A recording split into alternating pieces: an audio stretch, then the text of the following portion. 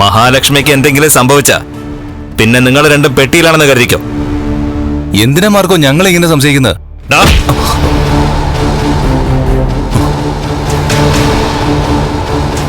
എന്നെ പെണ്ണ് കസി കുടിക്കാതെ ആരാടാ?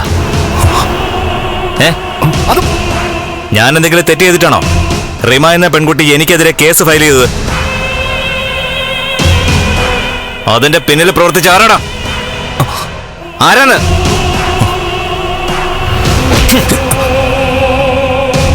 നിന്നെ വേണമെങ്കിൽ ഈ സ്ഥലത്തിട്ട് എനിക്ക് പൊതിരെ തല്ലാം.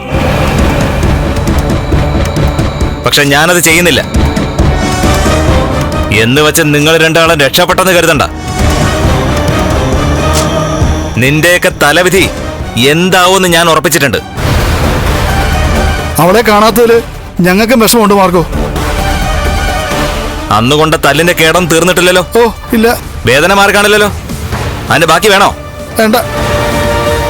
24 സ്റ്റഡി അബ്രോഡ് വിദേശ പഠനം ഇനി സുരക്ഷിത്. വിദേശ പഠനം ആഗ്രഹിക്കുന്നവർ ഉടൻ വിളിക്കൂ 9001 9001 56 8000 8001 20.